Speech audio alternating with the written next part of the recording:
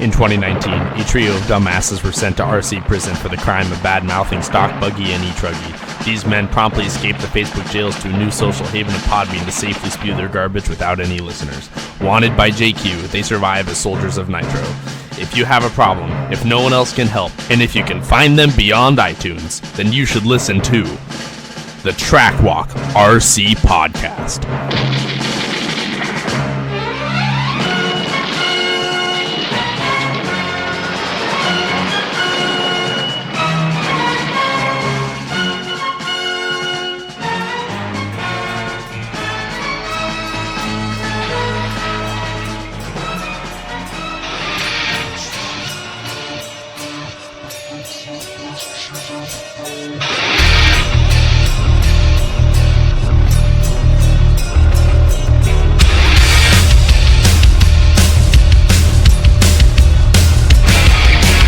These White Claws, man, they really get you going.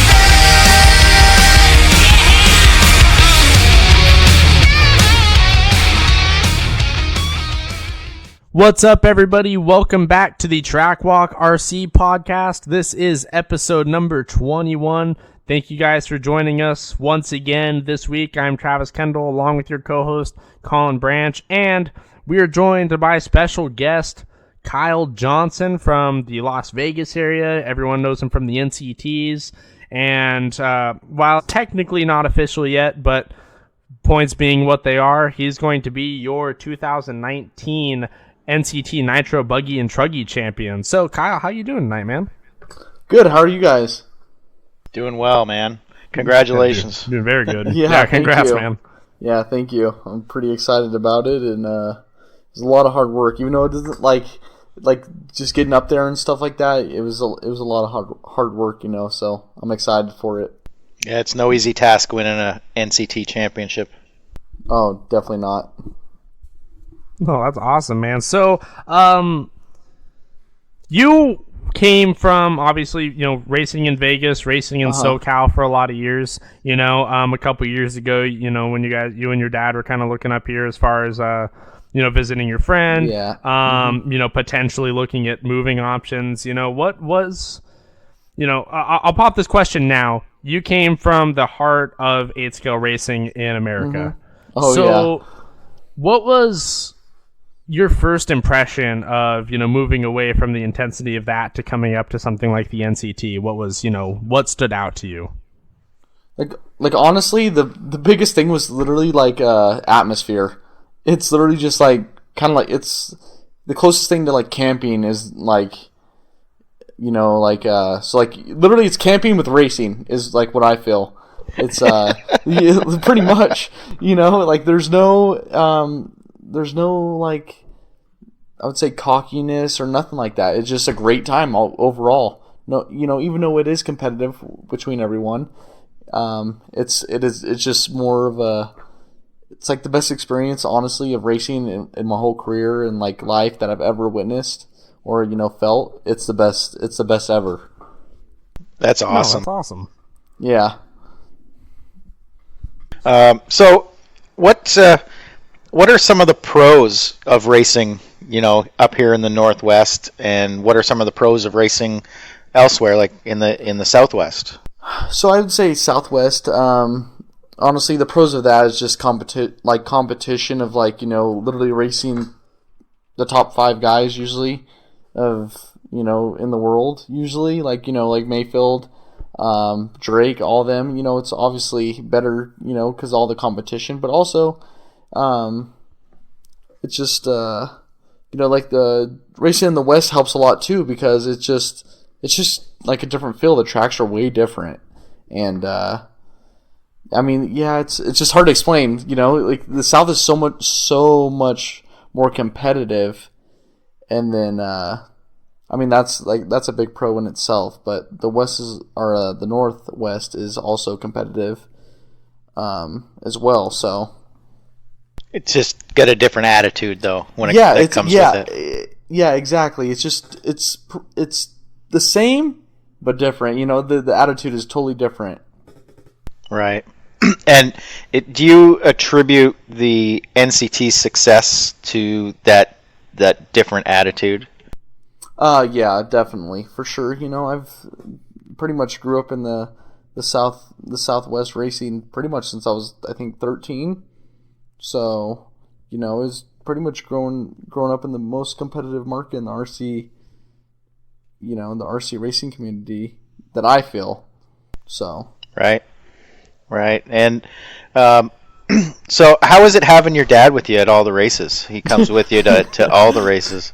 Yeah, pretty much all the races. I don't think I've ever raced by myself. Maybe once or twice, like on road.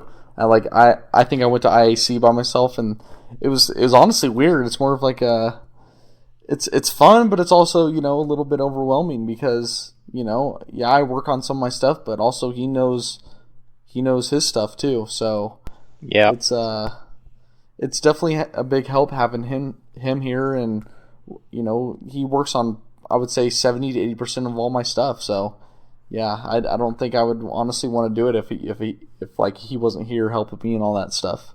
Right. And he used to be a pro driver back in the day. He knows his stuff. Yeah, he was definitely. I want to think he was in. I think he was like in the Worlds or the Worlds warm up or something like that. And then I guess he got a call that I was being born, so he had to leave.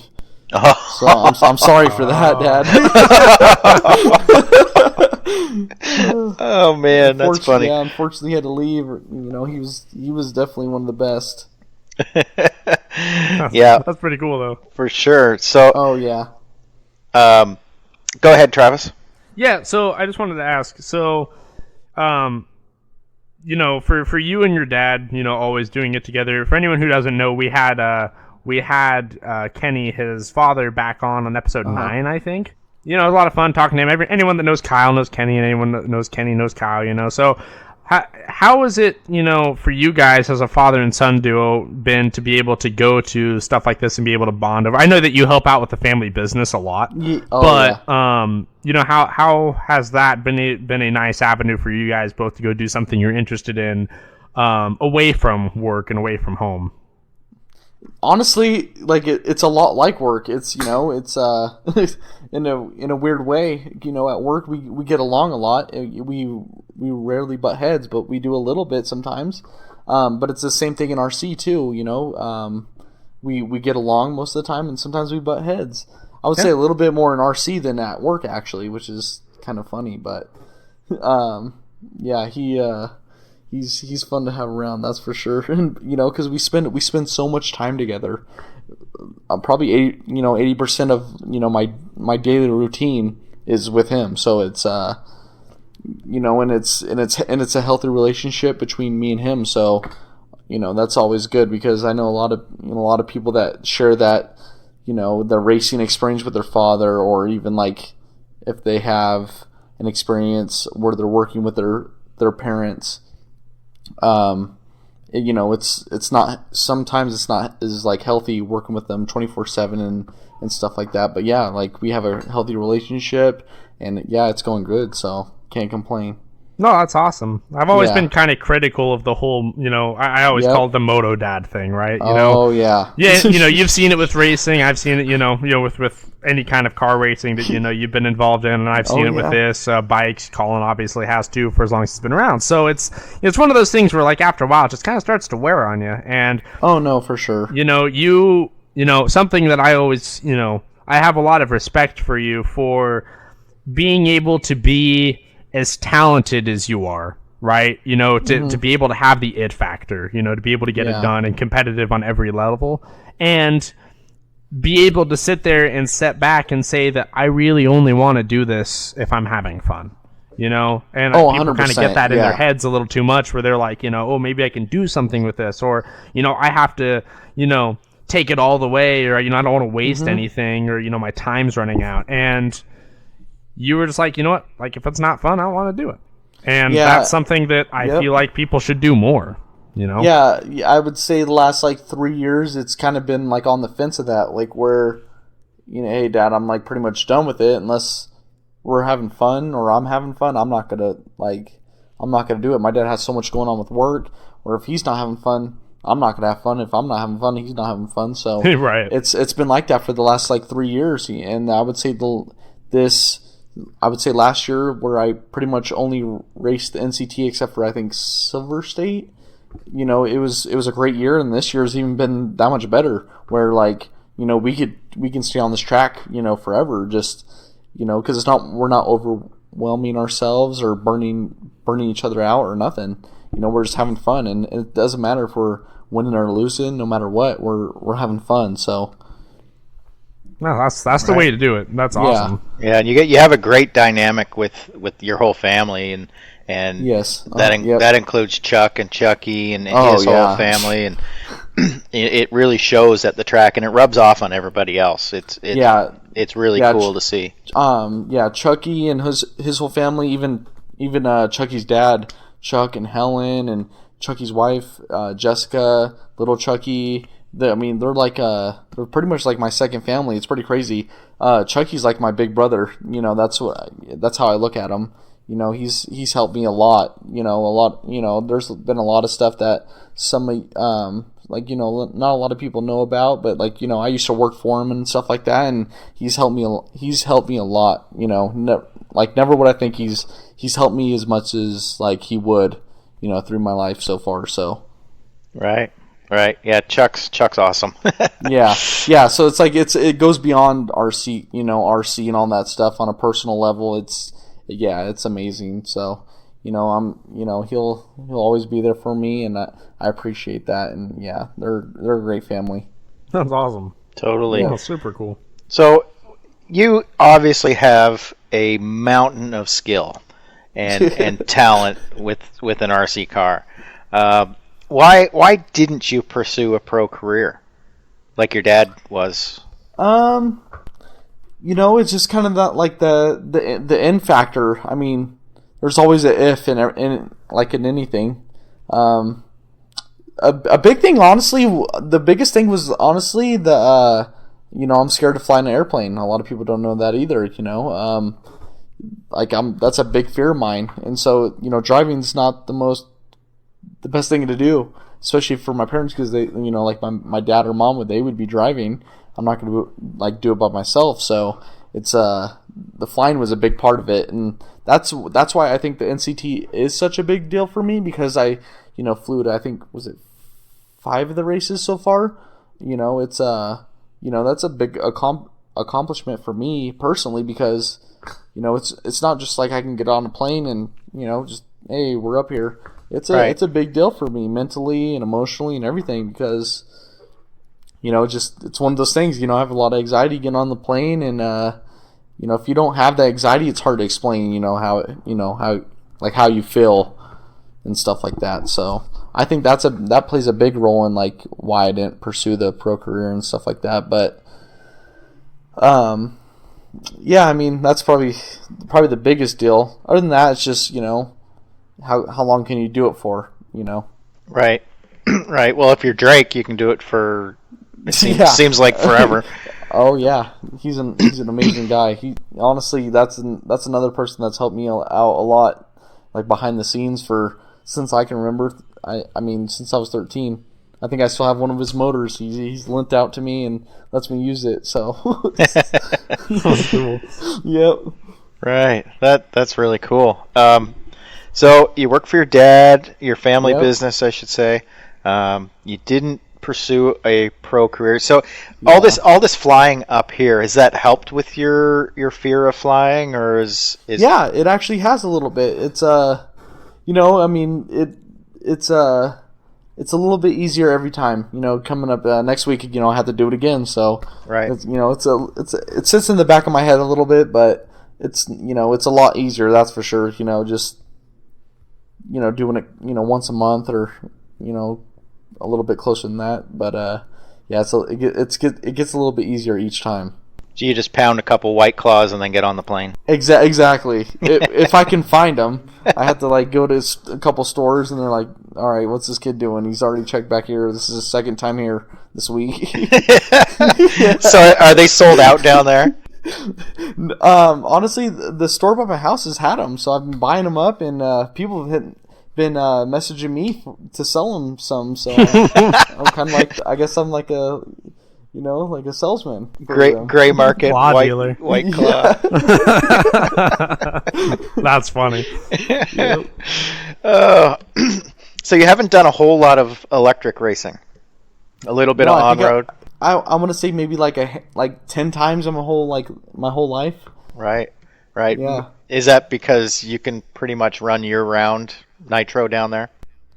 Like for a little bit, it was just because electric wasn't really like a thing really here for a while. Like I think when I really ran electric, I was going to West Coast RC in California a lot, and I was running 4-wheel drive short course, and that's all I was running. And it's kind of weird, but that's the only thing I was running, and I was just like, I was like the best at that for like some odd reason. I just was like really good at that class. So we were just going down to West Coast RC when it was open and just running laps. I mean, we were going down there every weekend. Right. Yep. So were you instantly fast when you picked up the radio, or what do you think made the difference, to get to that level? Yeah. How did you get to that level? So like I remember the first time I ever picked up a RC car. My dad had a Sportworks Turmoil. I think it was like a Horizon car or something like that. And I go, "Hey Dad," I was like, "I want to drive this." I was like, "I want to drive this at a track." And he's like, "Oh, you want to try it? Like we'll go to a track." And then from then on, it was just it just wasn't like from that point, it wasn't a hobby anymore, if you know what I mean. It was from that point, it was pretty serious actually. Right. So you've had several tracks in Vegas. Boulder City being the first one, Silver Bowl being I would say Silver Bowl, Boulder City, and then probably RC Tracks of Las Vegas, of course. Right, which is still there. Yeah, still there, just sitting. There's a bunch of weeds on the track. Yeah, I couldn't believe it. I stopped by there when I was down and visited with you guys, and we went and saw the track, and I was just blown away. It's still sitting there, just like they had run the Worlds and then walked away from it. All the banners and everything's still there. Pretty much, yep, everything. It's crazy. You could walk in, put new pipes down, and run on it pretty much. Yeah, pretty close. Just got to pick a couple weeds, and it's good to go. Yeah. What do you think happened there that the place stopped running? I don't know. I've heard a couple things, anywhere from like the track owner and just not wanting to run it to, just the landlords wanting to sell the place. I heard it was going to be a water park, so who knows? It could, but it's still there. So obviously, water park's not going there, so it could have been multiple stories. Right. It's the desert. They don't need a water park. There's no water. I know that we have 2 water parks and I've only been there once, so I don't think, they're anything too special. Right. So your dad keeps posting these videos online. He likes to sneak up on you and scare the shit out of you. He records your reaction, and it is so funny. I just die every single time. When's this going to come to an end? I honestly, it probably won't. As long as I live at the house, it probably won't. For some reason, I know it's coming, but it always happens, and it's just something I can't get rid of. Maybe some payback is due. I've paid him back a couple of times. I never record it because I never think it's going to be good, and it ends up being good. And that, the last time I did it, that was really good. He got in the truck and was about to drive off and fill up the tank. It was 12 o'clock at night, and I had a clown mask on. And he literally put it in drive. He was going, but I was in front of he almost ran me over, but I popped up and scared him, but I didn't film it. So it's he seems to film it every time, but not me. We'll get him good. Maybe maybe for my birthday I'll take the keys to his Camaro and do a burnout and then post it and see what he thinks. That's fighting dirty. Yep. I've always wanted to do that. Just take the keys to his Camaro and do a burnout, get a video of it, and then post it, and then see what he thinks. Oh my gosh! I don't even know if I would attempt that. That's so funny. Oh boy, yeah. That's dirty. So obviously, 8 scale's your favorite class. Oh yeah, by far. I was going to ask you what your favorite class is, but that's pretty obvious. Oh yeah, for sure. And you're coming to Yakima next week. Yep. For the finals. Yep. Okay, and you're going to RCGP.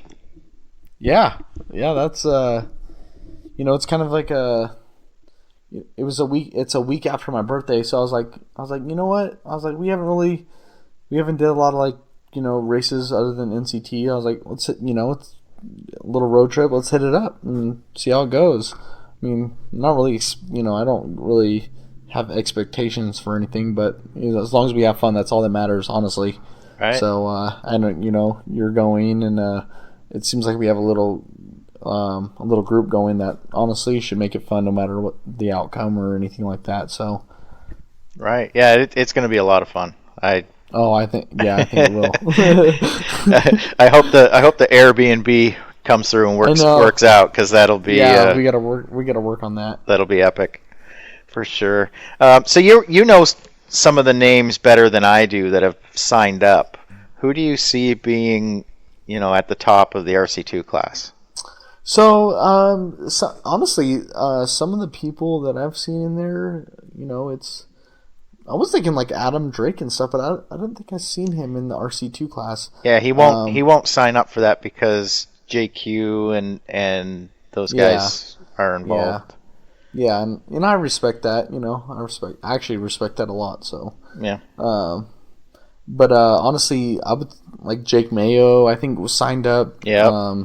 He's really good. So I finished right behind him in Silver State, and I didn't race for 7 months at Silver State. So when I finished behind him, in the D main, everyone's like, "Oh man, Kyle's not gonna be happy about that." And I was like, well, I'm freaking happy about that. Yeah, you see the names. I was like, that C main was like I was like, that C main is stacked. And I didn't race in 7 months, or not even bad at IRC in 7 months. So I was like, that's fine. So I think our RCGP will be fun.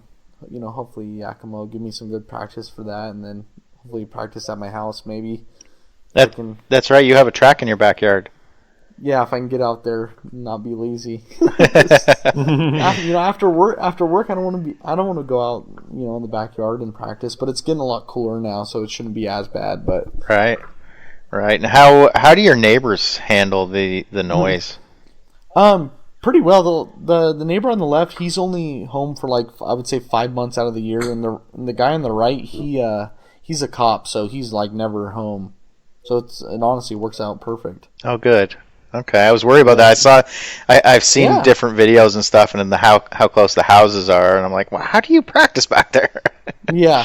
The guy on the left it's like his vacation home, and his dog's barking all the time, so it's like the same thing as a nitro car. Right. And the guy on the right, he doesn't care. We've actually done his landscape, and he's super cool and all that stuff. So yeah, he doesn't mind at all.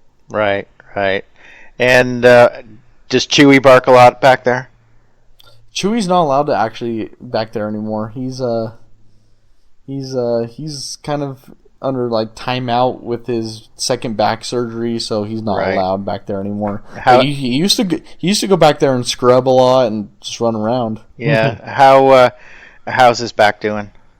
It's good. He's in that point where he thinks nothing's wrong with him, and he can just do everything he did before the surgeries. And it's just not possible. So he'll get crazy, and we're like, buddy, you got to calm down and get back in your bed and hang out. Yeah. Well, that's good to hear. No, it is. Yeah, he's a great dog. It's super sad. When I think we were at a race. I forgot when What was the race before Burlington? I think that's when it happened. Walla Walla? Yeah, it might have been Walla Walla. It's like when his back happened or something like that. He got his second surgery, and yeah, I think it might have been 4th of July. I can't remember which one it was, but yeah, we got news. We were up in Washington at that time, and so it was kind of sad because we didn't know if you never know, with surgery in the back, we didn't know if he was going to make it or pull through, so it was kind of sad, and it's like I don't want to hear about that stuff, so it's kind of like yeah, it's bad news, but he's pulled through his second one, so I think he'll be good from now on. He's pretty babied, so he's got a good life. Though. Glad to hear that. Yeah, right. He's a good dog. So, what's your favorite track on the NCT schedule? Oh, I think you guys know the answer to that one. Burlington, honestly. Oh man, that track's awesome. Isn't that awesome? It's honestly the closest thing though. Like honestly, I've ran there more than I've ran anywhere else in the last 3 years. So I consider it a home track. Right. Yep, yeah, it is. You guys practically live up here, and you're part of our family up here. Yeah, pretty close. I wish we did live up there, but stuff will settle down, and I'm sure we'll get up there. So yeah, do you have a timeline or a plan, or you gotta work things out first? I don't. I think it's kind of like on my it's on my parents' timeline as well. Because like I have a girlfriend now, and we've been dating for almost 8 months now, so it's that plays a role in all that stuff too. So yeah, and how would she feel about moving up here? Would she? She actually really liked Burlington and like Anacortes area and stuff like that. So she told me she's like I actually do like it up here. So that's always a good note to hear and stuff like that. So yeah, you'll have to come up in the winter to experience what winter's like. Yeah. I think we went up once, and it was it's just different, I didn't mind it actually. I liked it, but it's just wet. I don't think my dad. He's like, oh, it doesn't rain that much up there, and I'm like, dude, it's freaking Washington. It rains up there. It's funny because they'll call a rainy day. You get a couple sprinkles. Yeah. And that's a rainy day. Yeah. So we get sprinkles and we do get some rainy days, but yeah, I don't think it's as bad as people from the people from the outside think it is. Yeah, I've been up there quite a bit through the winter, and it honestly isn't like, and the rain there isn't like here. Like here we get like just like puddle or just like storms. Right. Up there it's a light sprinkle and stuff. I mean, yeah, you have to deal with cloudy days and such, but you know what? It's either that or deal with 117-degree weather, so you got to give or take. Yeah, that's right. That's right. So Fallout race in November. Yep. Are you guys planning on coming up for that? I think so. We're gonna try to at least. I know Chucky was like, he's like, hey, you should come up here for Halloween and stay here, and then we'll go up to the Fallout. And I was like, that's actually a great idea, because I've always wanted to go up there during Halloween and stuff, because Anacortes is super nice with the like their community and like Halloween and stuff, and that's like my favorite holiday out of all of them. So right. I was like, you know what, that sounds actually really cool. Nothing beats Vegas for Halloween as an adult. Yeah. Unfortunately, I don't like participate in any of that stuff. No. Yeah, I'm more like, that's like I fit in with like where Chucky lives in Anacortes and stuff. I fit in with that, like the low key lifestyle and stuff like that. Nice. So very cool. So you guys were planning on coming up this weekend? Yeah, we were, and then you saw the pictures of the track. Yeah, yeah. Just it's because the weather up there right now, definitely right now, because it seemed like there was like the weather coming in. It's kind of unpredictable, so. Yeah, makes sense. Yeah. So, Yakima, heading into next weekend. You've been to Yakima before. Yeah, I think I've actually been there more than a lot of the other tracks. You've been there the last two years, haven't you? Yeah, 2 or 3. I think I've been there just as much as Burlington, I think. Except for like this year I went to Burlington one more time, but yeah, like I've been there. Usually out that Yakima and Burlington were the only NCTs I would do.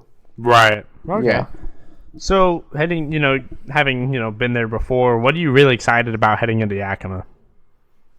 Honestly, just to have fun. That's like the biggest thing for me, and especially because the points, like how they are, it's actually really nice just to know that it is still racing. Yeah, I want to win, but it's just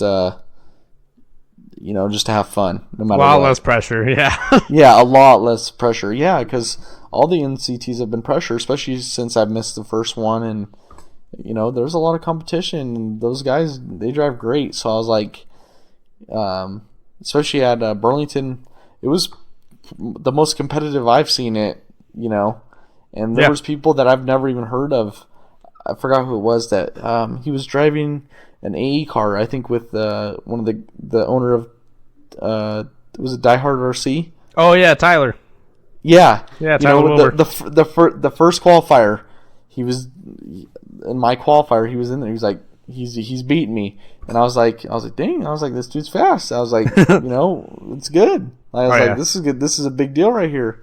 And then I think he made a mistake or something like that. And I remember before that, my dad was telling me, he's like, hey, you know what you're capable of. Do you? You know what you're capable of. So like, I just didn't wreck, no mistakes or anything. I think he ended up making a mistake or two, and so after that, I was like, okay. I was like, yep, I'm set in, and I'm pretty much set the pace as good as I can. Yeah, no, for sure. Yeah, Tyler had bad luck that weekend. He DNF'd really in good Q1. in that qualifier. Oh yeah, he DNF'd right at the end of Q1 and Q3. Yep. So he ended up getting seated in like the D, and then he broke out again in the B. After B, he was in bump, I think, up to that point. So that was a huge bummer. Yeah, he was running really good too. That would have been a good main. Yeah, and I've never really. I don't know if he's ran an NCT like one that I've been at, but he was running really good because I don't know his name. Oh yeah, he's always been fast. He stopped racing or stopped traveling to NCTs like right about the time you started coming up. Okay, yeah, that explains why. Yeah, because a couple years in, I think around like 2016 he stopped going. I think 2015 was the last year he was. He ran the full circuit. But yeah, no, it's good to see him out racing again. Yeah, that when he's on, he's quick. So no, I was pretty bummed I didn't get to see that in the main because that would actually have been a pretty sweet race. But yeah, no, that's awesome, and we'll touch on NCT points and everything a little bit later. We have a lot of good battles heading into the last round, so toward later on we'll get into all that. So we'll go ahead and get into listener questions. Okay, and throw a couple of these out at you. Okay. Besides the White Claw ones, I think that we did have some pretty good questions. So I'll just go ahead. We'll just go ahead and ask those. So we'll start off with a Jason Cocking question. What do you think makes you so fast and smooth in the really competitive classes? I would say growing up racing in the like in the Southern California area. Honestly, I mean it's super competitive down there. I mean, even from when I was a sportsman, I was racing, dudes that were like twice as old as me, that were just twice as fast as me, and I think just learning from that helped a huge deal. And then for some reason, I used to drive super hard, and then when I went to Washington, I realized that you can tone it down 30% and still be as fast, but be 30% more consistent. So, so. No, it makes sense. Yeah, I would think, I would think that, the NCT helped a lot with that as well. And, growing up in the Southern California area racing almost every weekend pretty much. Oh, for sure. Yeah, I mean, that scene is intense. It's so tight, top to bottom, anywhere you go. Yeah. I mean, I remember, through high school, I had fun, but also every weekend I was going to I was going to pretty much every single race, or even just Revelation to practice. So, there wasn't like a big, I couldn't go out and like hang out with friends most of the time and stuff like that too. So, it did take a big part of my, like kind of like high school life away, but probably in a good way as well, because you never know. I mean, it kept me out of trouble and stuff like that. Yeah, no, for sure, and that's Yeah, a big 100%. that's a big factor. Like, our friend Keenan at the No Name podcast. Every time he has a pro driver on, he always asks, did that lifestyle, take away from you being in school? Like, do you regret it? From missing out on those, like core experiences. And that's always a big thing. Like, people kind of forget, like, it's all or nothing if you are going to put it at that level, and you give up a lot to do it. Yeah. Oh, yeah, for sure. No, absolutely. Cool. The next question, this is actually kind of a perfect segue from what we were just talking about. So Mike Christian asks, how long did you run in sportsman when you were a kid, and did you wait to be bumped into a class? I think I ran in sportsman for my sportsman year was hard because it's hard to remember, but I think I ran, I want to say it was like I think it was a year in sportsman. Because I remember having the sport works turmoil, going out to, I think it was Silver Bowl in Boulder City, and doing like pretty well with it actually. And then after that, I think I ran intermediate in JBRL. I think it was for my first year, and that's when I did really good. And then after that, I moved up. Okay. Yeah, so I'm gonna say like my sportsman racing. I think it was like a year and a half maybe. Okay. And it was a lot of racing then though. And did they bump you up, or did you elect to move up? So sportsman, I can't remember my transformation from sportsman to intermediate, but I want to say after I rolled them into the Boulder City. I think it was like Silver State or something like that. Into the what's it called? Silver Bowl, and I want to say I finished really well in the sportsman class. And they moved me up from there. Then I was an intermediate. Then I didn't do well for a little bit, and then after that we were doing a little bit better. Then we're like, hey, let's go to JBRL and see how we do in intermediate. And then after intermediate, I won the championship in buggy and truggy, and they moved me up into pro, and that was a big deal right there. And I also didn't. It's kind of discouraging from intermediate to pro, because I think it was almost 2 years where I really didn't do anything. It was a big jump. Yeah, it was a big jump because I was sportsman, and I wasn't quite ready for intermediate, but I was put in intermediate, and not that I lucked out, but I did really well in the JBRL, and I think I went to most of the races. I only lost one of the races out of the whole season. All right. I almost won every class. Wow. It was a pretty good season. I think I only lost one or two races, and the rest I pretty much sealed it up. And then after that, I think in 2008 went to the Riddy truck race, and there was people complaining that I was in intermediate. But I remember this is one thing I'll never forget, that there was a lot of people that were complaining that I was in intermediate in the Riddy Truck Race of Champions in 2008 when they had Truggy, when it was out in the outdoor series, I think it was at Hot Rod Hobbies. And people were like, well, Kyle's running fast laps, but he's not fast enough to be on the in the pro laps yet. So they didn't move me up at all. So I ended up winning the 2008 Riddy Truck Race Championship in Truggy. So it was pretty in open class. So it was pretty cool, and that was a huge accomplishment for me. So nice, very cool. Yeah.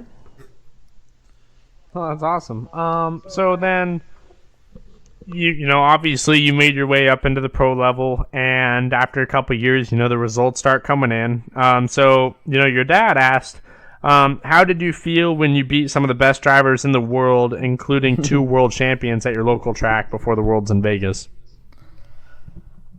Oh, that was the most craziest race of, honestly, like, it was the weirdest thing to explain because I think I qualified like 7th, like, it wasn't anything special. I think I qualified, like 4 or 5 dudes, and all, like, literally all of a sudden in the main, like, we literally qualified, like, hey, that's like good, 7th or 8th, that's, where we should be for how much we practice and all that stuff. And the main came around, and it's like, oh my god, like, I could win this thing against, like, Ty Tessman, Kyle McBride, Cody King, I forgot who else was there, but pretty much, like, all the top guys. And it's like one of those things where I was like not even ready for it. I was like, even during the race, I didn't even really comprehend like what I was doing. I was just like, oh, I'm this fast, I'm just gonna do that. And then after the race, I was like, oh my god, like, I was that fast. That's just crazy to me. So it was kind of honestly like a dream, honestly. Sure. Oh, that's crazy, man. That's awesome. Yeah. I can only imagine what it'd be like, kind of the oh shit moment, when Pretty you much. find out that you're in the main, and you have the pace, and you're like, oh my god. Yeah, we were. This we might were actually like, happen. Yeah, we practiced a bunch, and we were like, 6. I think we qualified. I think 6th or 7th, and we're like, that's okay. Like, that's not bad. We're in the A main with all these guys, and it was a big A main too because of the World's coming up there, so all the guys that could be there. I think Ty Tessman drove down there from Canada, so he was there for a JBRL race to practice at the Worlds. So it was more than a JBRL, it was kind of like a test, and I put a lot of time there. I mean, I remember Fridays, Saturdays, Sundays, not getting to hang out with my friends or anything like that. We were there practicing, and I'd get mad sometimes, but. I think that is so awesome. Paid off. Yeah, it makes me sad that we don't get to see you race the big races with those guys. Yeah, I mean, not saying that it can happen still. I just it's just hard because with work and stuff. I've bills to pay. It's not like. My dad doesn't pay for everything, right. So, he may pay for RC, but I have stuff to pay for too, and RC doesn't pay for that stuff, so. You hear that, hot bodies? You hear that? Yep. No, that's awesome. The last question that I have here is from Taylor Wonders. I don't know what he means by this. You guys know him a little better than I do, so maybe he'll be able to elaborate, but Taylor just asks Washington or Nevada wedding. I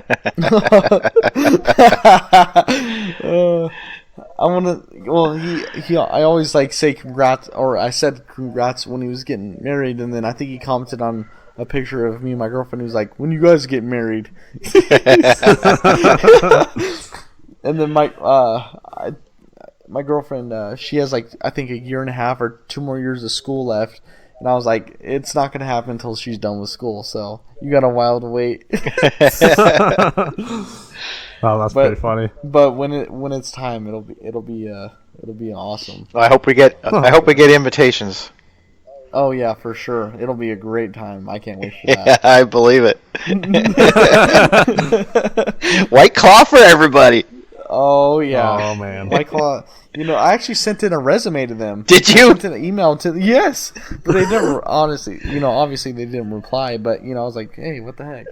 So I was like, I sent them an email, and they didn't reply. No dreams are too big. We gotta know. Yeah, we gotta know somebody that works there. We gotta have a connection somewhere. I'm like, I've been promoting White Claws pretty worthy of some free cases. This is we gotta. I think someone needs their landscaping done. Yeah, exactly. Mark Anthony, what's up? That's pretty funny. Oh man. Cool. So that wraps up the listener questions for the week. Okay. At least the ones that weren't White Claw related. So, Yeah, I know. There was like 4 or 5 White Claw ones. I feel like those spoke for themselves. So I appreciate everyone, chiming in on that. Really appreciate it. So But yes, what are your plans for 2020? What are you doing? Where are you racing? That's a good question. Are you gonna do the NCTs again? It's just I think if Chuck and Chucky do it, for sure I will. Well, I'll do my best to get them going. I think. Yeah, I think if they do it, I will. I mean, definitely, no matter what, I will definitely do, at least 1 or 2 of them. But I think if Chucky and obviously the Bartletts want to do the whole series again, then yeah, definitely. Right. So, the Bartletts are from Montana. Yeah, Montucky. How did you guys get so hooked up with them and so tight with that family? Honestly, it was like Brendan said he always knew me from like Thunder Alley days and stuff, but I never remembered him or anything like that. Right. And then we started I think in 5 years ago we started kind of like playing Xbox actually. Kind of like Xbox together and stuff like that, and then it kind of like just tied together that he was racing up at the NCTs and stuff like that, so it kind of just all tied in together, like perfectly, him and his dad and his brother and all that stuff, and they helped me out a lot too, that's for sure. Right, that's a great family as well. Oh yeah, they help out a lot. Robert's super smart, and he's like, I always have questions for him, and he's always like, "Oh, you can't do that. You got to do it this way." He's all, so he helps out a lot.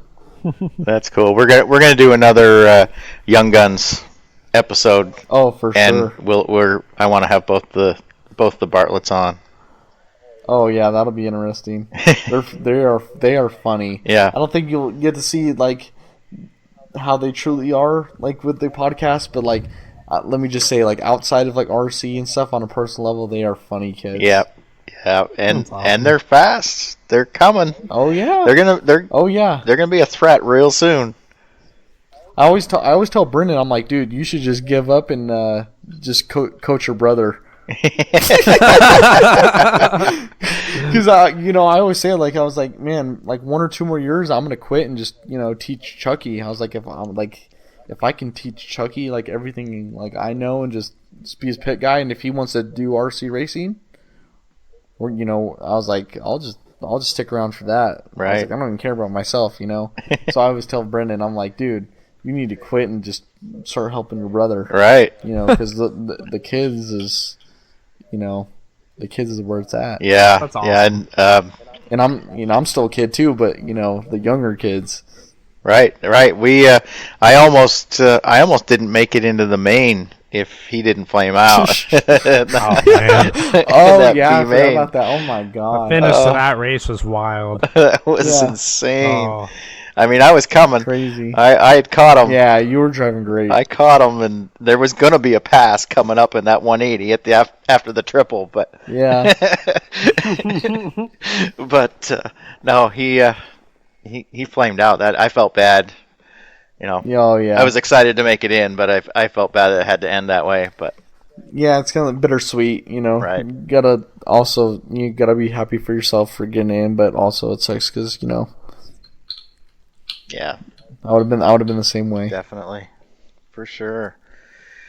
Oh, so do you want to list off your sponsors? You've got a handful, I'm sure. Actually, not so many. No.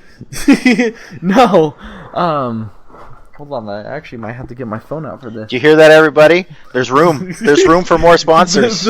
There's always room for more. That's for sure.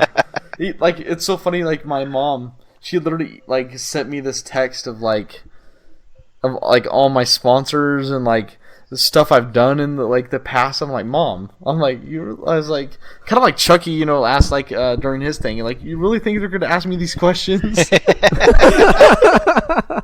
Kind of like, the same deal, but That's pretty yeah, funny.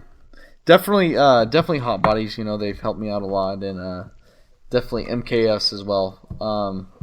It also, my dad does a lot of work for MKS. Being the team manager and stuff, and he does a lot of work for them. Mm-hmm. So big shout out to my dad for that. Does he do all the Facebook posts with the graphics and all that stuff? No, he wish he was that good. I wish I was that good. Right. No, it's so he as far as I know, Nick, he doesn't even live in the US. He works for, the corporation, and he does all that stuff. Okay. He's freaking amazing. Yeah. I don't know how he does that Photoshop stuff. work. Yeah. That's wild. It looks really good. Wizard. Like one time I didn't even have a beard in one of my pictures, and he photoshopped my old beard on my on my baby face. I was like, dude, I was like, what? I was like, how do you even do that? Oh, and my God. It looks perfectly fine. Too funny. So you got Hot Bodies and MKS. Yep, and then VP Fuel, Stick and One Graphics, and Proline. yeah, Proline, all that. Proline. Yep, Proline, of course. Yes. Oh man, they helped me a lot too. The best tires right there. Yep. You know it. Personally, personal experience. They've been great ever since. Oh, that's I switched to awesome. 'em. Good deal. So, let's say, do you feel like with your dad being the team manager, it has kind of helped keep the interest in RC? Like, do you feel like he would still be kind of involved if it weren't for that, or is that kind of what's keeping him to it? Or is it the other way around? He's the team manager because he's involved. I think, I definitely think it's the other way around. With me racing and stuff like that. Right. For sure. That makes sense. Yeah. It's he just kind of likes being that guy, for everyone to turn to, and kind of he likes being a leader, like his personal business, it's kind of the same type of deal. Yeah. And No, that makes sense. he's super helpful with anything, not even just MKS stuff, but anything. Oh yeah. Especially tires. I know we talk about that a lot. We do. A lot, actually. Yeah. Between the three of us, we usually nail it. Oh yeah, and I feel bad sometimes. I think it was 2 races. I can't remember which race, but we've switched last second. Everyone's looking at me and they're talking their mic. I remember Jason Hunt's Kyle switching tires, and I'm like, dude, my tires are coming unglued, and I'm like, I had to switch tires. I think it was at Potlatch, and we ran a different tire than everyone else, but it ended up actually working out. It's so funny. And I always give you guys shit are you saucing? You saucing? Oh gosh, no saucing. No. Yeah. No saucing. No tire heaters. Nothing like that.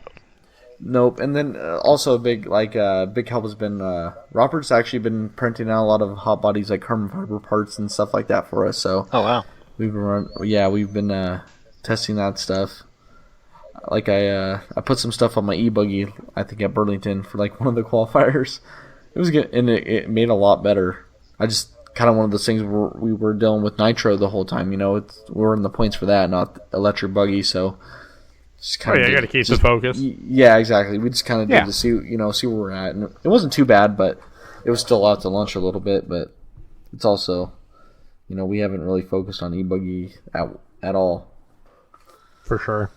And then also the Reds. I've been running the Reds engine in nitro buggy, and that's been phenomenal. So Yeah, I'd say that was you switched to them this year, and I was wondering how that you seem to be pretty happy with that switch.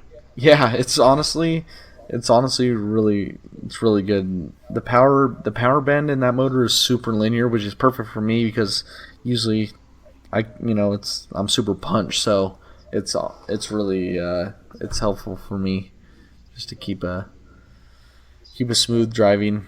So keep smooth driving and stuff like that. that brings up a question from me. Going back to how the tracks compare between here and like down in Southern California. Okay. All these new engines have so much power, Oh yeah. and everybody loves all this power. Is that because the tracks down there have a lot more grip, and you need the power to get up over some of these jumps right out of a corner? And how does that translate to our looser, low grip tracks here? Is it still applicable to our tracks? Yeah, I mean, like even some of the tracks up there weren't like, I want to say like, what track was it? Like, like Spokane. That track was like super high grip, but also like I think I want to say, I think that was the first time I ran that motor. It was like super like, it was first I was breaking in and stuff like that, and it was super slow at first. In that track, you need all that power to get over that. Was it the triple section? Yep. Remember that? Like on the left side, it had people were getting over it in the beginning. Like it was like only like 5 people were getting over it, and I was actually not one of them. Right. And everyone's like, "Hey, you got to triple that if you want to if you got to be as fast as everyone." I'm like, "Dude," I was like, "You wreck over that once." I was like, "You were screwed." So I was like, I'm gonna keep doing the double until the grip comes up, and we'll be good to go. And then, and yeah, I ended up, doing good at, people are like, oh, he didn't even triple that. He's just as fast. And I'm like, yeah, you don't got to do that stuff. But yeah, I mean, I haven't honestly raced on any of the southern tracks in probably like 3 years, so it's kind of hard to say. But some of them are a lot like, when they're wet and stuff like that, they're actually a lot similar, right, from the tracks up there. Okay, all right. Because when this is the first year I've run an OS based motor. Okay. And maybe I'm just old, but holy cow, this thing on most of our tracks. I mean, Spokane and Pasco was fine. These other tracks, man, I really have to be careful getting on the throttle because it's I don't have the skills to hang on to that kind of thing. That's like my truggy motor. It has the Drake let me use that at Silver State, I think, and I've had it in there since, and that thing is freaking ballistic. Yeah, so I was like, I see all these people, I was like, what the hell? Intermediate level and sportsman level people wanting to buy these $500-$600 OS engines, and it's we don't. I feel like at Burlington and some of these tracks, we don't have the grip to really use that kind of power. Yeah. Honestly, you really don't. Right. Yeah. I mean, unless even me, I honestly don't use as much power as. Especially the truggy. I mean, that thing gives out so much power. I only use a little bit of it unless I'm trying to if I'm driving a little crazy and stuff. But if I'm driving smooth, you don't need any of that. Right. Yeah, it's pretty rare that we have a jump that really needs that kind of power either. It's all of our tracks are kind of compromised so we can run tent scale on them as well. Oh, for sure. I think the only track that that was difficult for me is Potlatch, that back right triple. Yeah. A lot of people cleared, but I could have, but I also didn't, just because the equipment and stuff like that. It puts a lot on your equipment over 30-minute main. Yep. Et cetera. Et cetera. You wreck once in qualifying, and it's 8 seconds justifies for that. It doesn't. So I didn't I didn't do that jump a lot. I did it. I think I did it 3 times on my buggy. Yeah, I did it in qualifying, but for some reason, a couple of times when I landed, it flamed out. Yeah, because the flex and stuff like that. I'm guessing. Yeah, the flex and maybe the rocks and dirt getting up in the flywheel. I don't know, but yeah. I remember telling Chucky, he was like, "You gotta triple that," and I was like, dude, that's such a big reliability. I was like, I'd rather if someone's gonna be that much faster, then that they deserve it. So I just stayed it, and then I also in the main, I think I was leaning a leading a little bit of it, and then I think something happened where I was back, half a lap from the first and second drivers, and I was like, you know what? I was like, I'm doing it. So I just like put in the drive and was doing the back triple, and then I was like putting in fast laps, and then I ended up catching them. So right, yeah, you won that one too, didn't you? You won what? All of them. Yeah, all of them, and TQ'd all of them. Wow, that is impressive. That's impressive because there's some fast dudes up here. It impresses me just as much as it does you. Seriously, sometimes sometimes I'm watching myself in a different person. I'm like, dude, how the hell do you drive that good? Yeah, it's crazy. It's so much fun. Yeah. I enjoy watching. I don't normally get to watch you around the buggy much because we run the same class, but I always make it a point to go and watch the truggy main just to watch you wheel that thing. I think it was that potlatch. Remember the qualifier, and you were like, dude, what the heck was that? It was it was practice, I think, in potlatch, and I was just like going crazy, kind of. Yeah. And you're like, dude, that's just insane. Yeah, I almost packed up and went home. I was like, oh my god. Yeah. Yeah, that's like one of those deals where I was just like, in practice, I'll get loose a couple times and see how it goes, and it was just, it was overboard a little bit, but it was fun. That's what practice is for. You got to find the limits. Oh yeah, for sure. That's probably the biggest improvement I've made in the last 4 years. Is just like I think you said in the Young Guns podcast is he looks like he's driving slow, but he's not. And even to me, I'm like, oh, I'm driving slow, but I'm like, I'm fast. So that's always a good thing too, because I'm driving at 70%, and I always have extra in the tank just in case. Right. But if you don't have to use it, then there's no use. Exactly. Yep. Yeah. The more you can back it down, the more consistent you can be. Exactly. For sure. Yeah. There's some really close points battles in the NCT this year. Travis, you got the points brought up there? I do, actually. Yeah, they are in front of me here. So we'll go. I want to touch on the classes that have been wrapped up first. So obviously, Buggy and Truggy, Kyle, you've wrapped them up. So big congratulations there. That is not an easy thing to do. Yeah, it was not easy. I think the only time I've seen that since I have been here, which was only done in Buggy, I think Keith Hadley did that in 2016. Yeah. Great driver, by the way. Miss watching him race. Yeah. I really would have loved to see you two be able to go at it. I know. I remember the first time you ever raced. I think we raced together twice. I want to say. I think the first time was Yakima. And there's Yakima and Burlington that same year. I think Burlington. Yeah, Yakima. I don't think I finished. I don't think I ended up racing him in buggy because we had to leave for the plane. I remember I TQ'd, but I couldn't. I remember that. Stay and race. Yeah, you ran the truck race. Yeah. Yeah, and then Burlington. I think I raced him during that one, and I was like, I got my work cut out for me. So yeah, he's a great driver. You guys both have very similar styles. You're very smooth, and you look like you're going slow.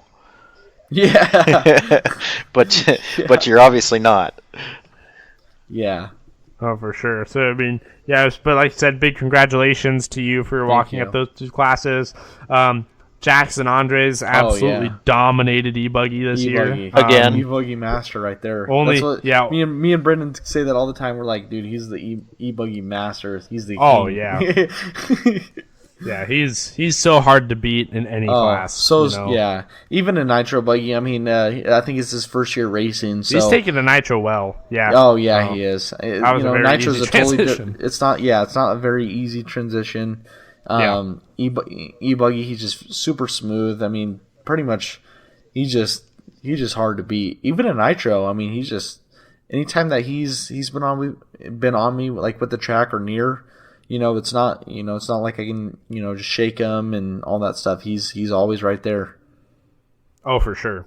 Yeah, no, it's super fast kid, awesome kid to talk to. But yeah, so with that, the top three in e-buggy looks like it's pretty solid between him, Taylor, and Joe. They're all kind of set in their positions. Let's see, two-wheel drive short course is going to be a good one. That has not been wrapped up yet. Oh, sorry. Joe Cathy also wrapped up with 4 wins, two-wheel drive buggy. So Cathy's always been fast in those two-wheel drive classes. So, NCT championship for Serpent there, Colin. Congratulations to him and congratulations to I don't know how he drives two-wheel so fast and so smooth on those rough tracks.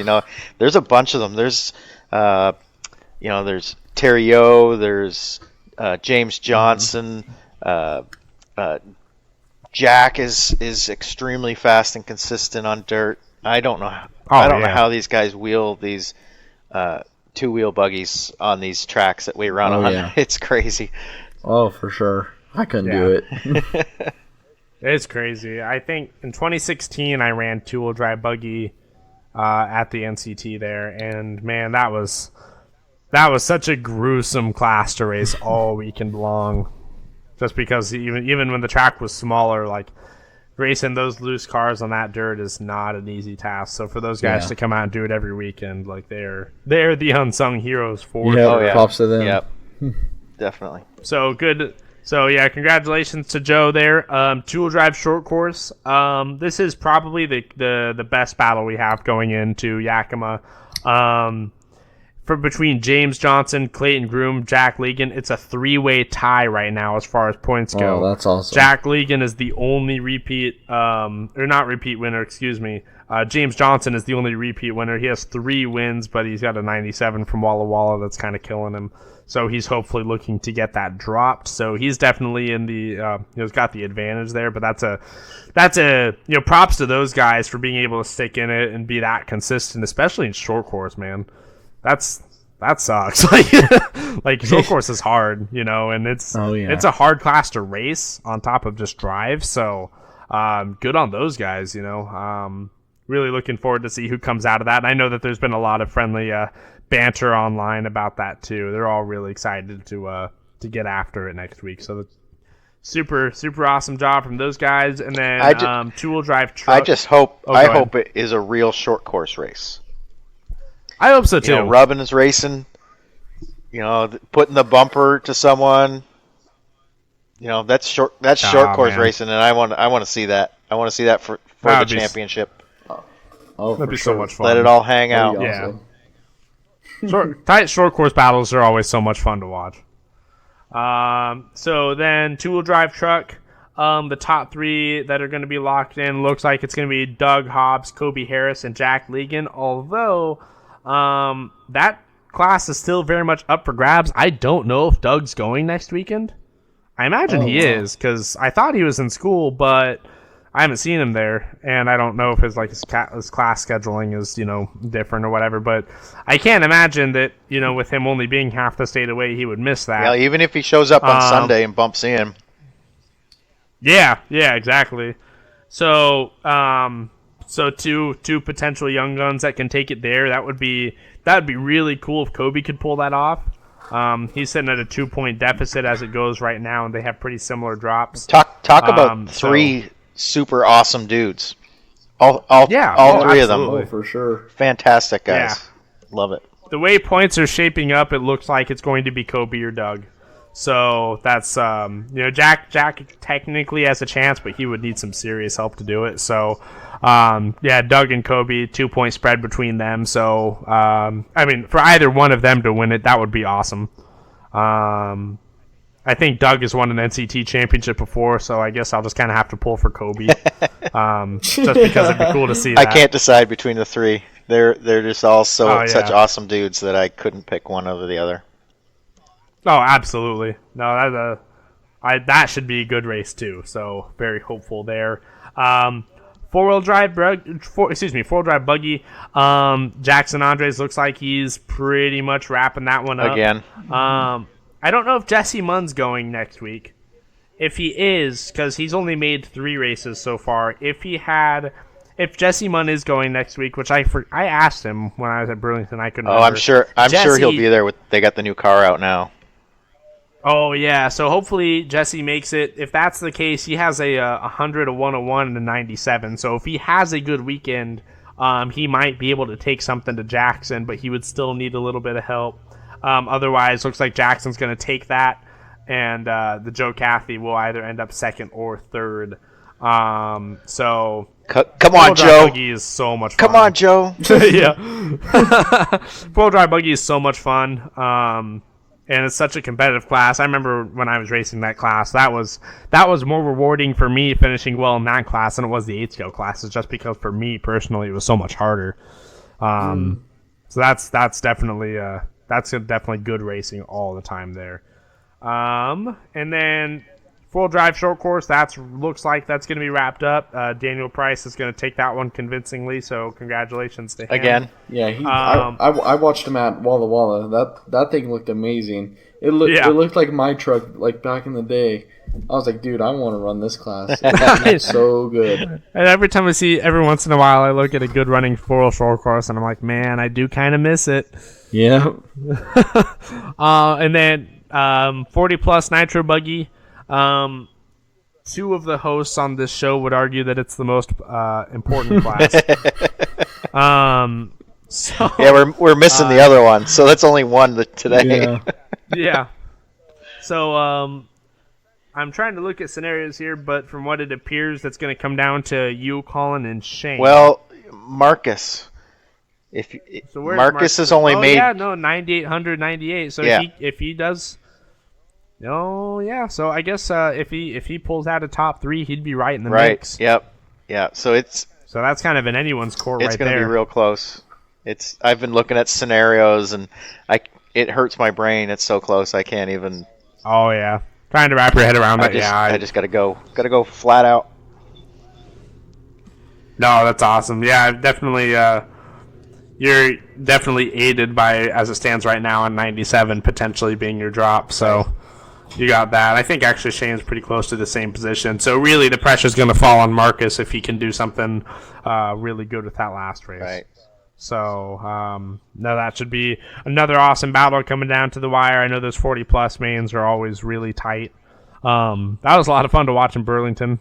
That was a good race. So, yeah, super bummed I can't make it to see to witness them myself, but should be some awesome racing. So congrats to everybody who's involved, because even just being up at the top of any of those classes, not an easy thing to do. Right.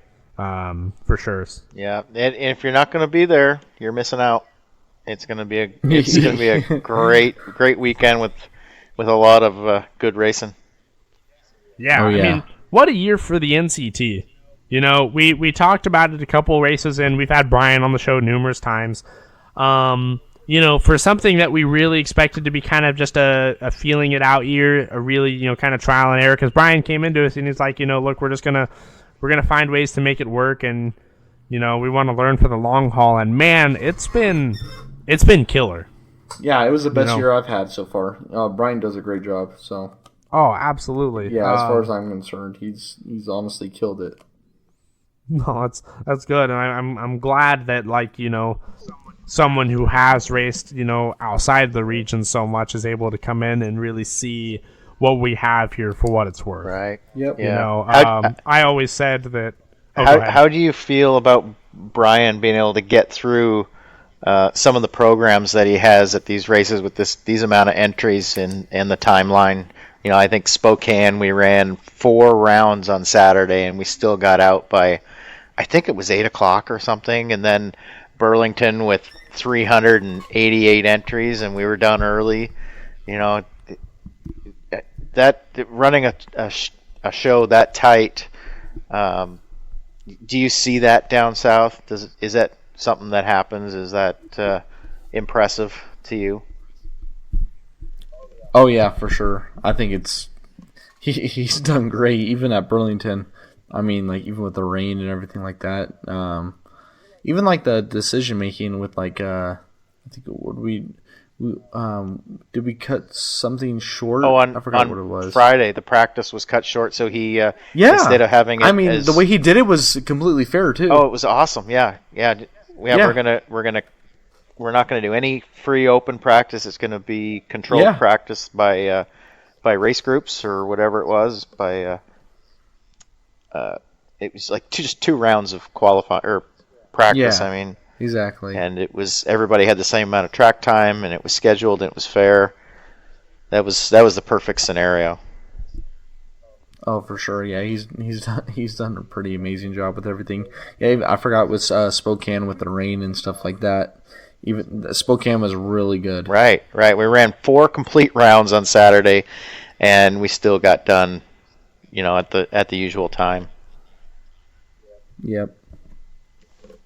No, that's awesome. I think that it's, he had some big shoes to step into, and, he's handled it really well. And, yeah, I mean, it's just awesome race program. And I talked about it the last time, in our recap episode. It's the being able to admit that you're wrong in some cases, but also being able to use what you've learned and be able to make game time decisions. And, especially for up here where the weather's always a factor, you have to kind of be on the edge of your seat and prepared as much as possible. So, no, that was a big deal. And, for me, like being gone for a while, going to that race, it was really easy to appreciate how awesome that series is. And even when I traveled to a couple races, it's super cool to get out there and see, like what the core of the scene is like, with the, like you said, the heartland of 8 scale.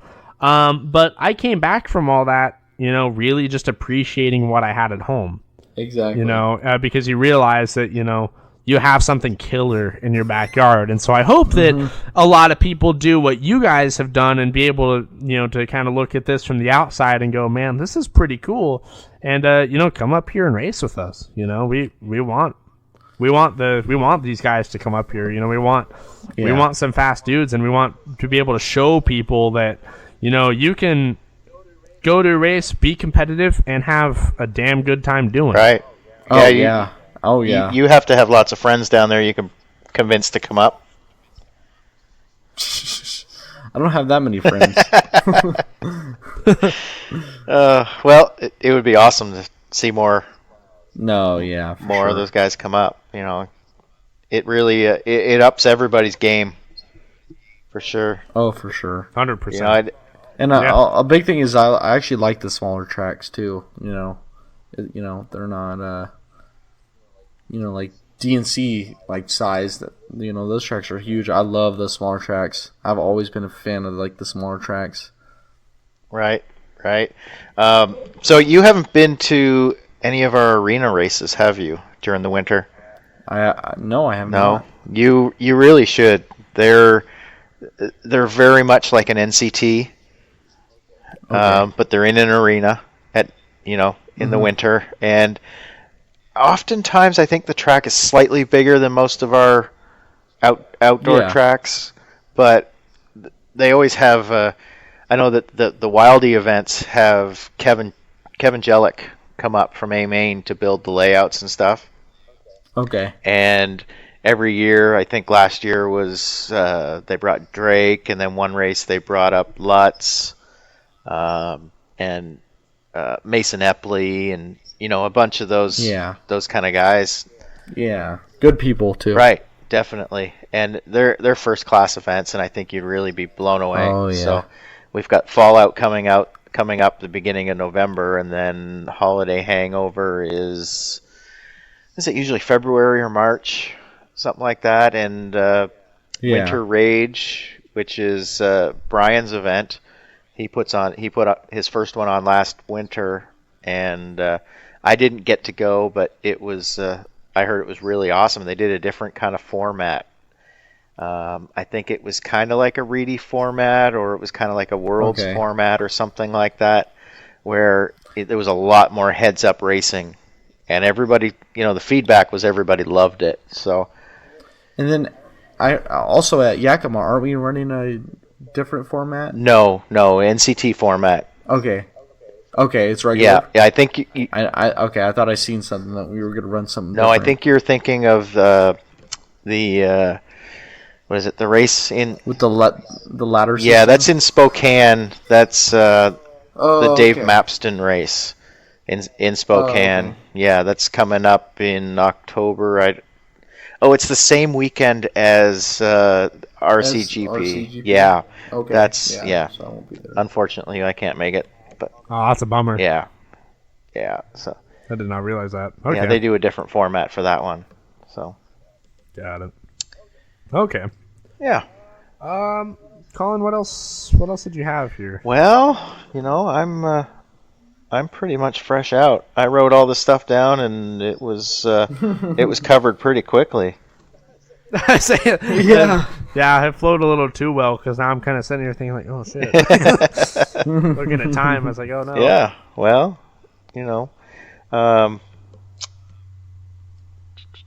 so we covered 2020. You're not sure what you're doing. Yeah, it's kind of like up in the, I'm sure I'll be up there, but you never know. I hope so.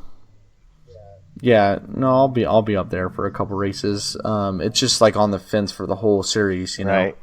This series, with Chucky and Chuck doing it, it's kind of like, I wanted to do it with them and share that with them, so. Right. And the Bartletts as well, so kind of did it, but as long as I would say as long as they do it next season, we'll definitely be there for sure, and the Bartletts and all that stuff. Good, yeah. For sure.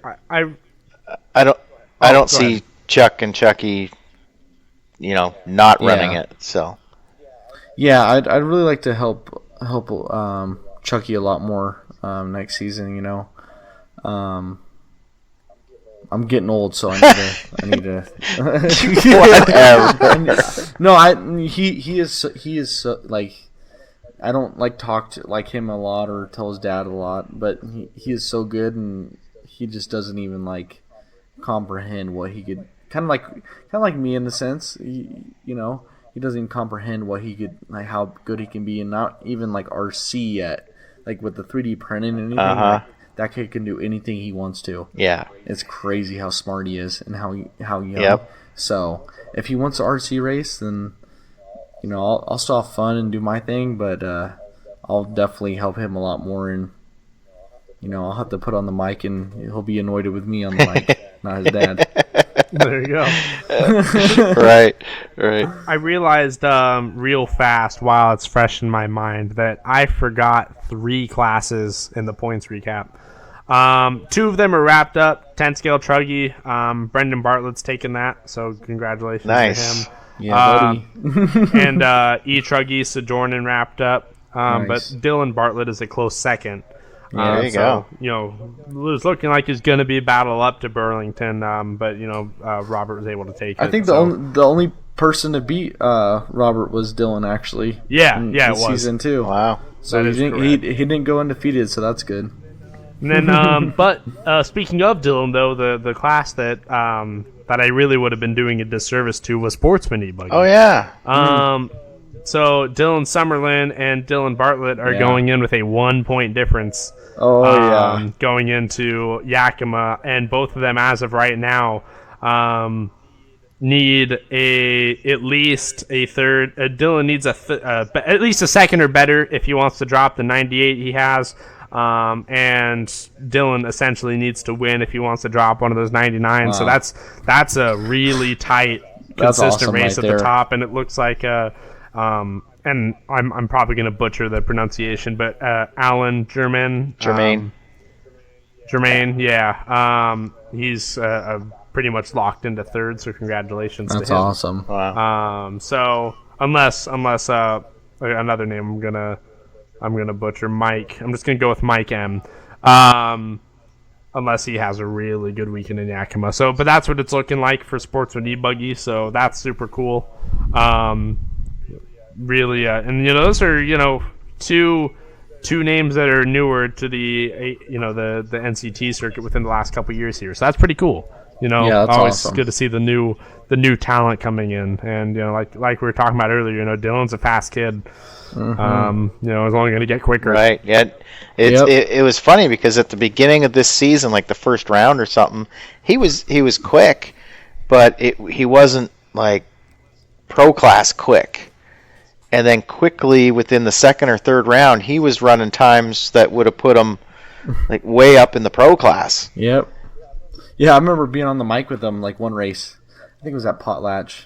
He was driving good, and then he kind of stopped listening to me when I was saying. I'm like, and I take it so personal because it's like when I'm on the mic with them, and like I try to do as best as I can to teach it. I'm like, if you're not gonna listen to me, guess what? You're going back. This mic's going back on your dad's head. So I was like, yeah. I was like, you got to start listening to me, dude. And I'm like, I know what I'm doing. That was pretty funny. Oh man, yeah, those kids, man. We're all in big trouble because. Oh yeah, even like Brendan, like when he says he's like, I get more nervous when DB races than when I do. And you know, I see him like he'll like mess up and like Brendan like will jump up in the like air and stomp and stuff, and I think it's like the most hilarious thing. He's like, "What the hell are you doing?" Oh jeez. So we have to talk about it. The Worlds this week. Oh, have you been following any of it? A little bit. Good job to Spencer Rivkin. Right. That's awesome. Yep. Congrats. Yeah, and then 4 wheels starting tonight. Yeah, in a couple hours here, it'll. I think qualifying will start. Right. Do you have any predictions? Yeah. Big thing I'm looking at is if since X-Ray couldn't do it the first half of the week, I wonder if they're going to be competitive the second half. Yeah. And then everyone's asking for the TLR pictures, but there is none. Right. And Yakima was like, "Oh, here's our new car."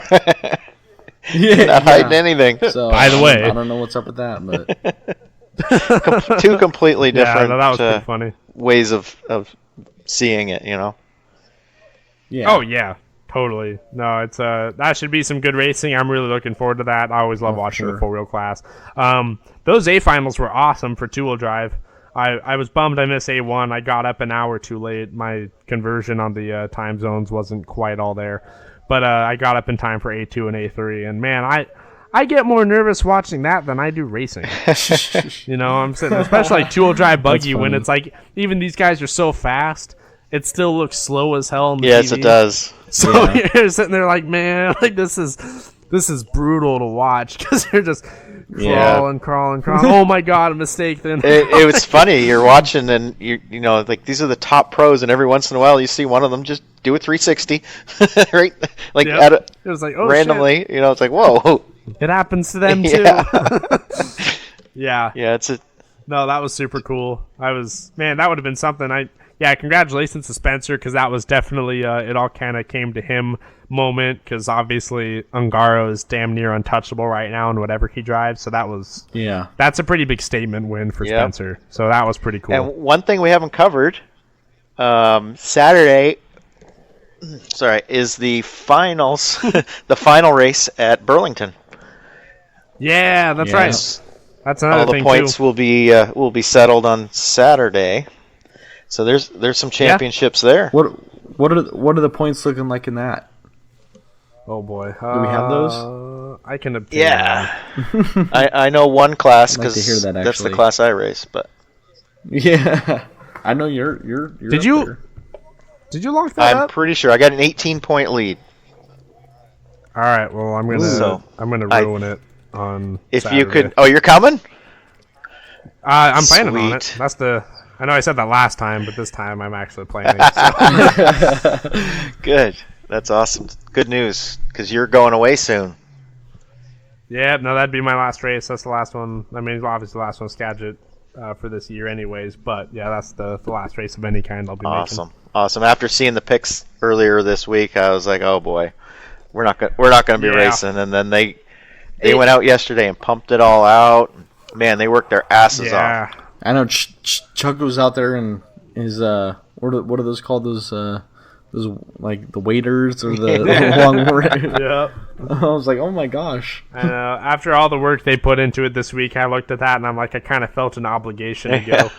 Yeah. I was like, man, hey, all that work they're gonna put in the track only to have someone not show up. I'm like, yeah, I'll do it. Let's see. Everything is pretty well decided. Yeah, because. Yeah, I'm pretty sure. Yeah, you've got it locked up over Tony and Johnny. That's a pretty solid point spread. How am I fourth? Yeah, you're right there. It's because every time you show up, you win. That's pretty funny. Where's Chucky at in that? Chuck is 6th right now. He has Yeah. a TQ. He has a TQ and Wow. a win from the 27th. So If he just listened to what tires I would run and he would run the same thing, he'd be a lot better. Oh man!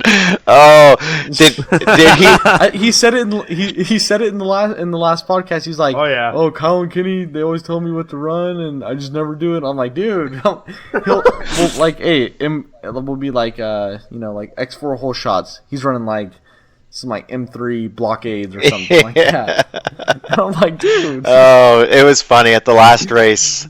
I kind of feel bad about it, but I was messing with him so bad because we were running.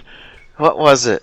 Was it a 20-minute final or no? They were 10-minute finals. That's what it was. We ran two 10-minute mains, and I kept telling him, "I'm going 10. Can you go 10?" I'm going 10. And I had him believe in me. Oh, Oh, poor guy. I was wondering what happened. I was like, that's another thing too. Is like all a lot of thing is like Brendan was like, oh, I can go 10 minutes on this, and a lot of people say they go 10, but no one ever does it in the main. Ever. yeah, well, So Tony's I'm like, oh, if you can go 10, go 10. Tony's tried I'm it. like, if you wreck 3 times, then guess what? That 10 doesn't mean crap. That's right. Yeah, Tony's Yep. tried it several times this year, and I know of at least 2 times he's flamed out on the last lap. Oh wow. That Yeah. sucks. But I know of at least Those one 10-minute time where it mains, paid yeah. off for him and he actually got the win. But yeah. Those 10-minute mains were always real chaotic in the last 2 minutes because you never really knew who was actually going to finish or not because everyone would try and go for the hero and go for a 10-minute run, and then you'd see the times on the sheet and it's like a 9:52. Right. Yep.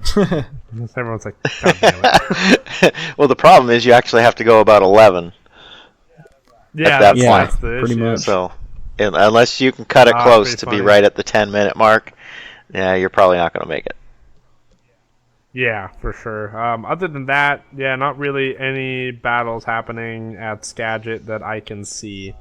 That would at least be influenced going into this weekend. So, which is pretty common with the club races, anyways. So, Right.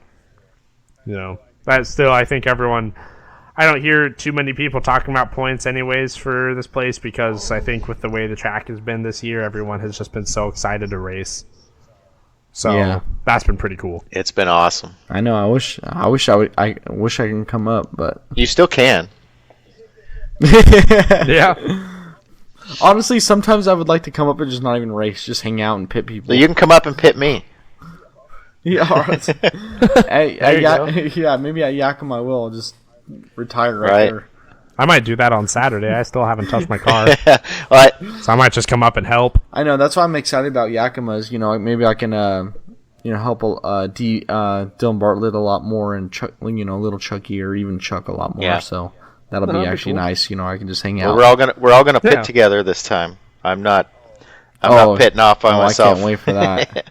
I can't wait for that. It's honestly, it's like a family. Honestly, it's so fun. It's camping. It's better than anything. With Chucky, the Bartletts, even just like everyone that even comes around. That I've met a couple of people like Burlington. I met Ron.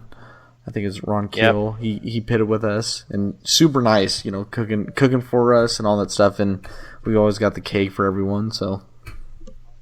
Oh yeah. Yeah. No, it's awesome having you and your dad around and the amount of support you've given to the region, to the tracks, to Burlington. Yeah, my dad's always he's done a lot, with that stuff. Yeah. And I remember, getting Joey up there to build the Burlington track and stuff. I remember when the first time we went up there and looked at Burlington, we were like, what the heck is this?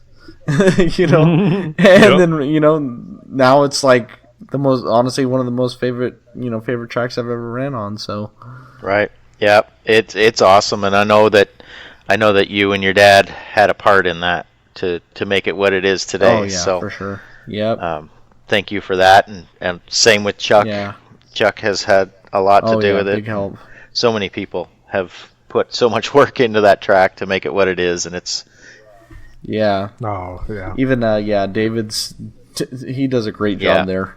He puts a lot of work into that track, and he makes sure he always listens to our input as well, and so it's awesome. Yeah, it's really cool. I can't wait to hang out with you guys at Yakima and the RCGP because we're all pitting together. Yeah, that'll be fun.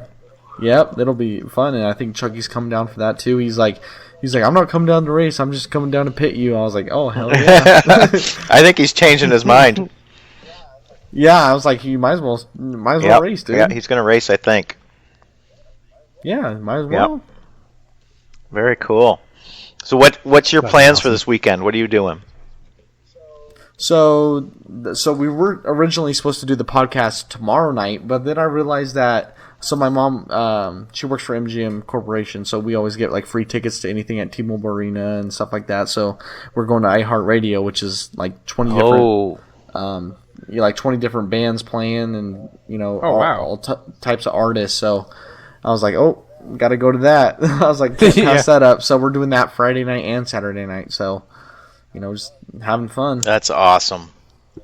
Man, that's cool. Do you get to go and do a lot of concerts and that kind of stuff?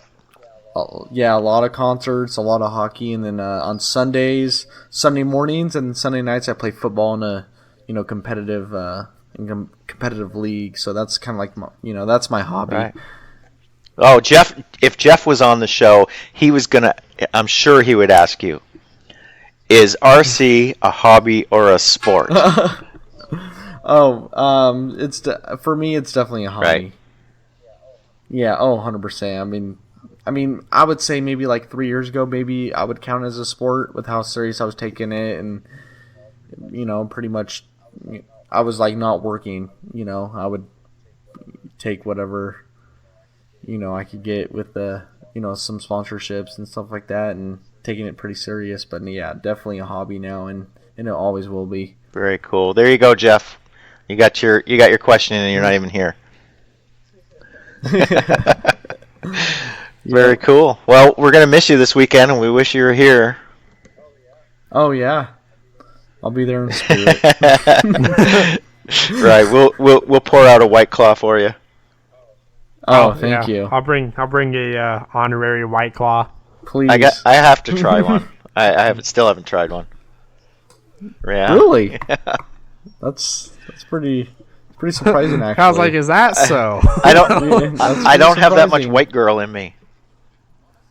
Honestly, I think you wait. If you're gonna wait till Yakima. Okay. I mean, if you're gonna have a White Claw, I want to feed it to you. All right. Do we need a funnel? Do we need a funnel? Yeah, we need we need a Proline fuel gun. For it. I've got one. I've got one. I'll clean it out. Oh yeah, we're doing this thing. Oh man, there better be video of this. Oh yeah. Oh man. I might have to make the trip to Yakima just for that. Oh man, it's gonna be so much fun. That'd be awesome. No, it sounds like it's gonna be a killer weekend. Yep. Oh, yeah, for sure. sure. Well, I think we're probably at the end of this, and I want to thank you for coming on and spilling your guts to all of us. No, thank you guys. It was a pleasure, and I wanted to do it for a while, so it was. I was like, I've never done a podcast before, so it's not that painful, right? Oh, that's awesome. Yeah. No, it's honestly really fun. It's like, anything else is kind of cool to talk, and people get to see like what you're about and all that stuff, and. So. Yeah. This has been a really fun project for us because I you could see learn that. Like so much. I could do this every week. I mean, this would be so much fun just to talk to different people and stuff. So I could see why you guys. Well, we could probably use a third host while Travis is gone. So. Seriously, let me know. I would definitely be down to do it. I mean, it would be really fun to interview people and just try to get some more people on the show, and Awesome. Well, we'll have to maybe work that in. with Jeff and I while Travis is gone. Yeah, thank you guys, and also want to thank my dad and my mom a lot, and my family for all the stuff they do for me, for racing and other stuff, and thanks to Chucky and the Bartletts for all the stuff they do.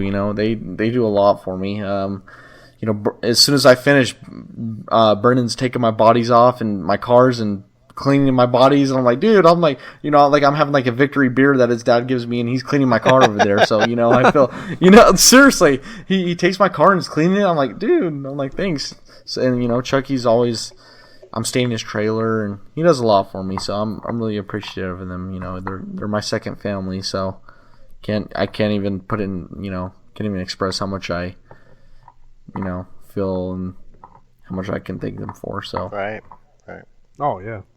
Dude, that's awesome. No, it was thank you. A lot of fun having you on, and obviously a lot of fun racing with you always. Oh, yeah. Good job at Burlington, dude. You were freaking killing it. Thank you. That was a lot of fun. You drove great, and you help me whenever I, need help, and vice versa, too. Oh, yeah, absolutely. Trying to do whatever I can. It's just having fun. Oh, yeah. So if you had some advice for the new racers coming in, what would it be?